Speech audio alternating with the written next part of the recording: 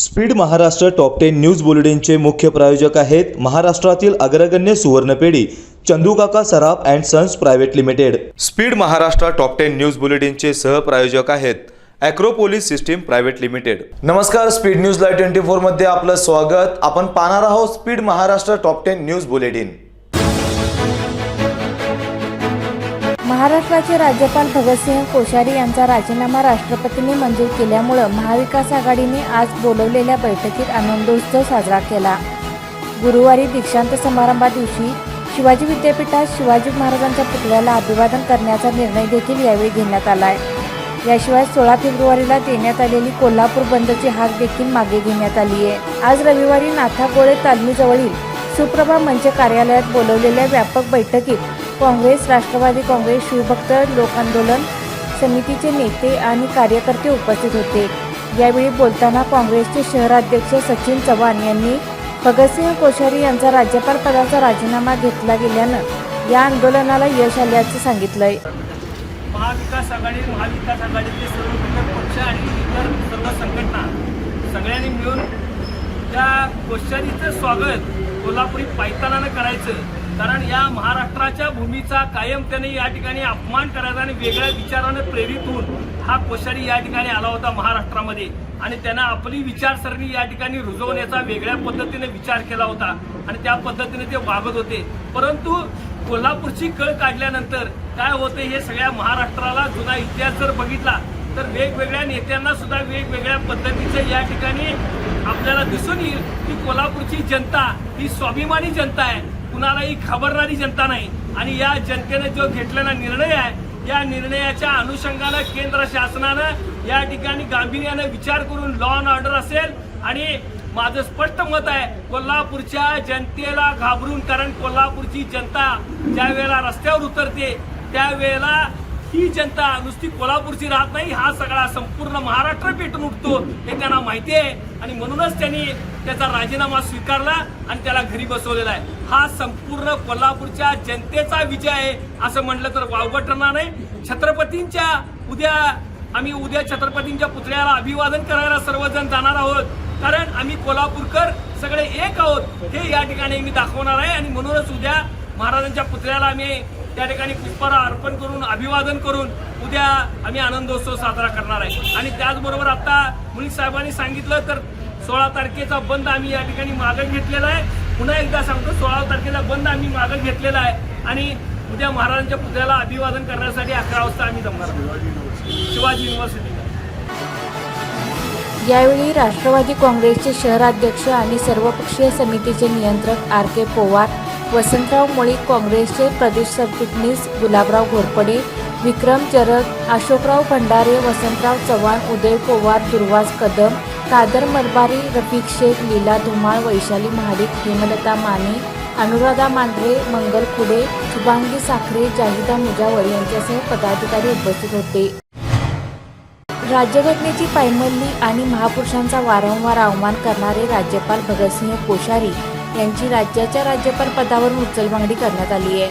महाराष्ट्राचे 14वे नवे राज्यपाल म्हणून रमेश बैस यांची राष्ट्रपती द्रौपदी मुर्मू यांनी नियुक्ती केली आहे। शनिवारी कोल्हापुरातही राज्यपालांच्या विरोधात आंदोलन करण्यात आलं होतं। राज्यपालांची बदली ही शुभवार्ता असल्याची प्रतिक्रिया शिवसेना ठाकरे गटाचे जिल्हाप्रमुख संजय पवार यांनी व्यक्त केली आहे। आज सकाळीच एक शुभवार्ता समजली की राज्यपाल कोश्यारी यांचा राजीनामा मंजूर झाला।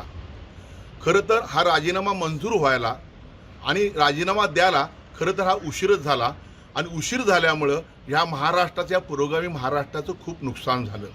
राज्यपाल म्हटल्यानंतर आम्ही अनेक वर्ष अनेक राज्यपाल बघितले, परंतु असे राज्यपाल आम्ही आत्तापर्यंत बघितलेले नाहीत आणि बघायला मिळू नयेत हीच आम्ही आई अंबाबाई चरणी प्रार्थना करू। कारण राज्यपाल म्हटल्यानंतर कायदा कानून त्यांचे अधिकार याचा वापर तंतोतंत करणे हे त्यांचं कर्तव्य असतं। कुणाच्या तरी इशाऱ्यावर राज्यपालांनी काम करायचं नसतं, परंतु हे राज्यपाल आपण कुठल्या तरी एका विशिष्ट पक्षाचे कार्यकर्ते आहोत, आपण कुठल्या तरी एका पक्षाच्या समर्थनात काम करतो की काय असा आम्हाला कायम त्यांच्याबद्दल भास होत राहिला। आणि म्हणून आज कोल्हापुरात फक्त रोष नव्हता, ह्या महाराष्ट्राचा रोष ह्यांच्यावर होता, राग होता। 16 तारखेला दीक्षांत समारंभाला ते कोल्हापुरात येणार होते।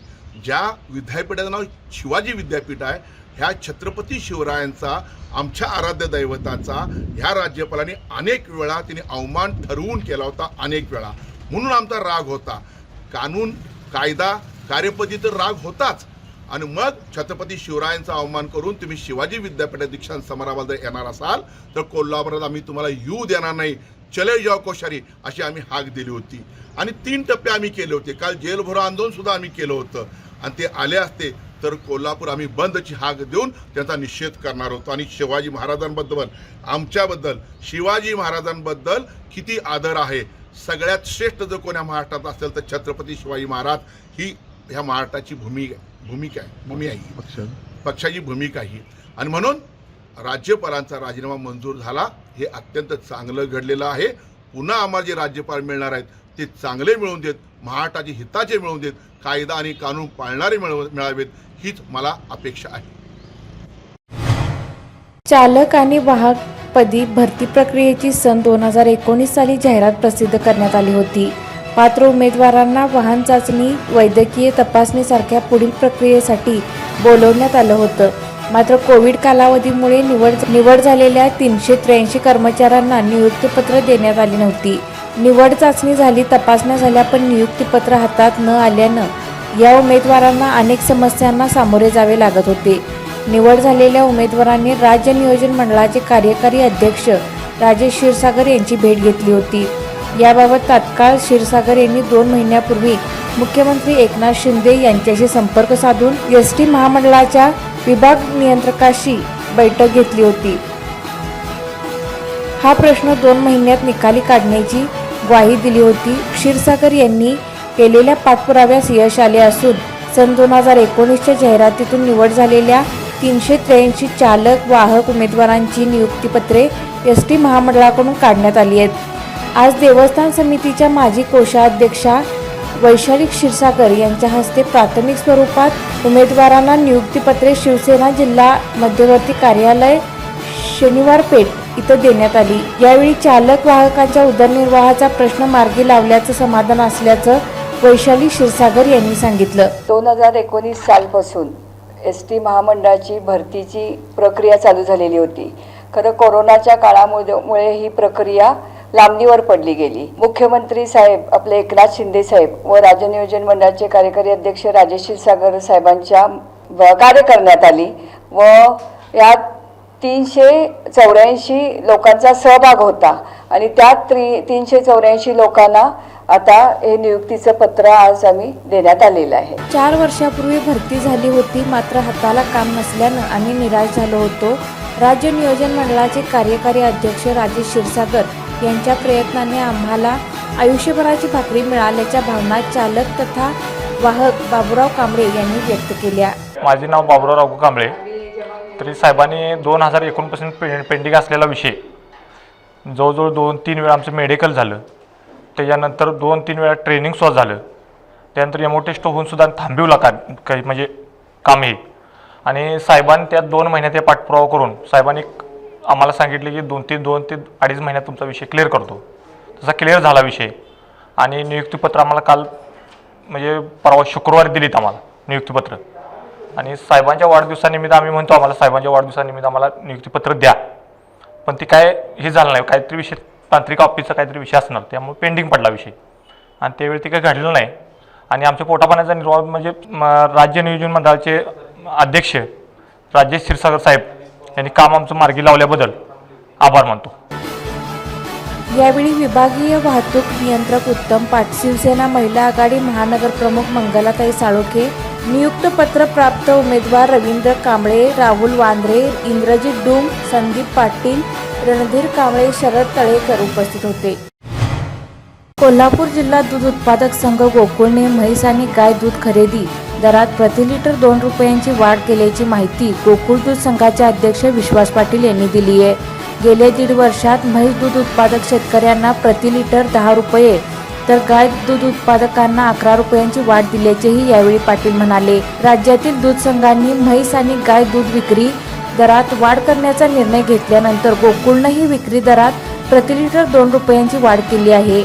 त्यानंतर खरेदी दरातही 2 रुपयांची वाढ करण्याचा निर्णय घेण्यात आलाय. गोकुळ दूध संघाकडून 8.5 लाख लिटर म्हैशीचे तर 6.5 लाख लिटर गाईचे दूध असं मिळून एकूण 15 लाख लिटर दुधाचे दैनंदिन संकलन होत असल्याचीही यावेळी गोकुळचे अध्यक्ष विश्वास पाटील यांनी माहिती दिली. शिवसेना प्रमुख स्वर्गीय बाळासाहेब ठाकरे यांनी दिलेला 80% समाजकारण आणि 20% राजकारण हा मंत्र कायम जपा. तत्कालीन मुख्यमंत्री उद्धव ठाकरे यांनी केलेलं लोकोपयोगी काम जनतेपर्यंत पोहोचवा आणि शिवसेना उद्धव बाळासाहेब ठाकरे पक्ष मजबूत करा असं आवाहन ठाकरे गटाचे संपर्क प्रमुख अरुण दुधवडकर यांनी केलं. शासकीय विश्रामगृह इथं झालेल्या कार्यक्रमात दुधवडकर बोलत होते. पक्षवाढीच्या ह्या नियुक्त्या आमच्या अगोदर झालेल्याच होत्या, पण वेळ नव्हत्या करल्याने मग त्या नियुक्त्या झालेल्या आहेत. त्या आता आमच्या जे शाखाप्रमुख झालेले आहेत, नवीन शाखाप्रमुख, त्यांना शाखाप्रमुखांना आपलं शाखाप्रमुखाचं काय काम असतं, कशा पद्धतीने आम्ही मुंबईत जसे शाखाप्रमुख वाढले तसे माझा कोल्हापूर हा मुंबई पाठोपाठ जर शिवसेनेला चांगला मानणारा जिल्हा असेल तर माझा कोल्हापूर आणि त्यात माझं कोल्हापूर शहर. मग त्या शहरात आपल्या शाखाप्रमुखांनी नेमले, त्यांची जबाबदारी काय असते, काय असते, तिने कशा पद्धतीने शिवसेना वाढायला पाहिजे, शिवसेनेचं मत घरोघरी कसं गेलं पाहिजे, आदरणीय पक्षप्रमुख मुख्यमंत्री असताना ज्यांनी ती केलेली कामं ती कशी घरोघरी पाठवायला पाहिजे आणि कसं समाज उपयोग करायला पाहिजे. 80% समाजकारण 20% राजकारण हा आदरणीय हिंदू हृदय सम्राट बाळासाहेब ठाकरे यांनी दिलेला मंत्र हा घरोघरापर्यंत पोचवा तर आपली संघटना नक्कीच वाढणार आणि ती वाढलेलीच आहे. यावेळी जिल्हा प्रमुख संजय पवार, विजय देवणे, रवी किरण इंगवले, सुनील मोदी, हर्षल सुर्वे, मंजित माने, प्रतीक्षा उत्तुरे, स्मिता सावंत, प्रीती क्षीरसागर, दीपाली शिंदे, कमलाकर जगदाळे, सुरेश पवार, उदय सुतार, प्रशांत पवार, किशोर दाभाडे, विशाल सूर्यवंशी, अवधूत साळुके, महेश उत्तुरे, अनिल पाटील, संतोष रेडेकर, सागर गायकवाड, शशिकांत बिडकर, राहुल माळी, सुरेश कदम, विजय देसाई यांच्यासह पदाधिकारी उपस्थित होते. गेल्या काही दिवसापासून माजी ग्रामविकास मंत्री आणि कागलचे आमदार हसन मुश्रीफ यांच्या मागे ईडीची साडेसाती सुरू झाली आहे. जिल्हा मध्यवर्ती बँकेत आमदार हसन मुश्रीफ यांनी 156 कोटी रुपयांचा आणखी एक घोटाळा केल्याचा आरोप भाजप नेते किरीट सोमय्या यांनी शनिवारी केला आहे. याबाबतचे ट्विट करत मुश्रीफ जवाब देना होगा असे म्हणत पुन्हा एकदा आव्हान देण्यात आलं आहे. सोमय्या यांच्या तक्रारीवरून हसन मुश्रीफ यांच्या निवासस्थानी ईडीने छापेमारी केली होती. त्यानंतर मुश्रीफ अध्यक्ष असलेल्या जिल्हा बँकेवरही ईडीने छापेमारी करत मुख्य कार्यकारी अधिकाऱ्यांसह 5 अधिकाऱ्यांनाही ताब्यात घेतले होते. मुंबईत नेऊन अधिकाऱ्यांची 1 दिवस कसून चौकशी केली. या सर्व घडामोडी ताज्या असतानाच सोमय्या यांनी पुन्हा एकदा मुश्रीफ यांच्यावर हल्ला चढवलाय. मुश्रीफ यांनी स्वतःच्या परिवारातील सदस्यांच्या ब्रिक्स फॅसिलिटीज या कंपनीला 156 कोटी रुपयांचे कर्ज दिले होते. हे कर्ज NPAत गेले. त्यानंतर मुश्रीफ यांनी हे कर्ज अधिकारी आणि कर्मचाऱ्यांना हाताशी धरून मागील तारखा नोंदी घालून ॲडजस्ट केल्या होत्या. बँकेचे अध्यक्ष म्हणून मुश्रीफ यांना परवानगी नसतानाही या कर्जाची समायोजित पुनर्रचना केली आहे. मुश्रीफ यांनी बँक प्रशासनाच्या संगनमताने लूट केल्याचा आरोपही सोमय्या यांनी केला आहे. महाराष्ट्राचे राज्यपाल भगतसिंह कोश्यारी यांच्या जागी रमेश बैस यांची नियुक्ती झाल्यानंतर बारामतीत युवक राष्ट्रवादीच्या कार्यकर्त्यांनी फटाक्यांची आतिषबाजी करत पेढे वाटून आनंद व्यक्त केला. राष्ट्रपती द्रौपदी मुर्मू यांनी कोश्यारी यांचा राजीनामा स्वीकारून त्यांच्या जागी रमेश बैस यांची नियुक्ती केल्याबद्दल कार्यकर्त्यांनी आनंद व्यक्त केला. कार्यकर्त्यांनी फटाक्यांची आतिषबाजी करत जल्लोष साजरा केला आहे.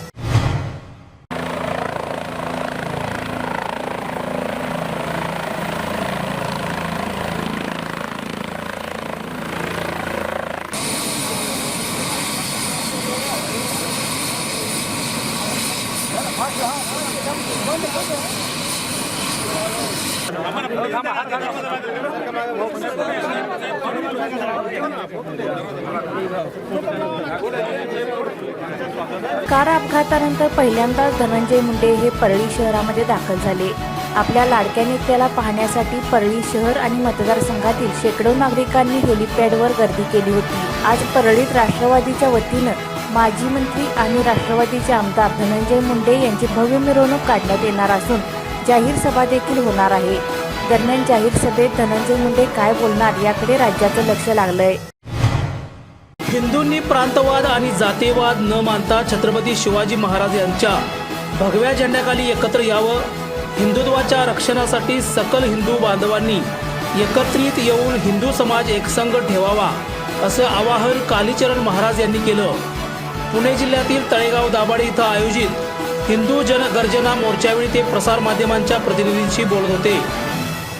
मीडियाच्या माध्यमातून मी हेच सांगणं आहे माझं की सगळ्या हिंदूंनी सडका वर्णवाद, भाषावाद, जातीयवाद, प्रांतवाद सोडून छत्रपती शिवाजी महाराजांच्या, गुरु गोविंद सिंहजी महाराजांच्या, राणा प्रतापजी महाराजांच्या भगव्या ध्वजाखाली हिंदुत्वाच्या रक्षणासाठी एकीभूत व्हावे आणि वोटर बँक बनावे, जेणेकरून सगळे राजा लोक हिंदूंच्या मागण्या पूर्ण करतील आणि भारत हिंदवी स्वराज्य पाहिल. छत्रपती शिवाजी महाराजांचं स्वप्न पूर्ण होईल. सगळ्यांना हिंदूंना हेच आवाहन आहे की राजनीतीचं हिंदूकरण करण्यासाठी जितकेही कट्टर हिंदूवादी राजा आहेत त्यांना सत्तेत आणा आणि छत्रपती शिवाजी महाराजांचं हिंदवी स्वराज्याचं स्वप्न पूर्ण करा.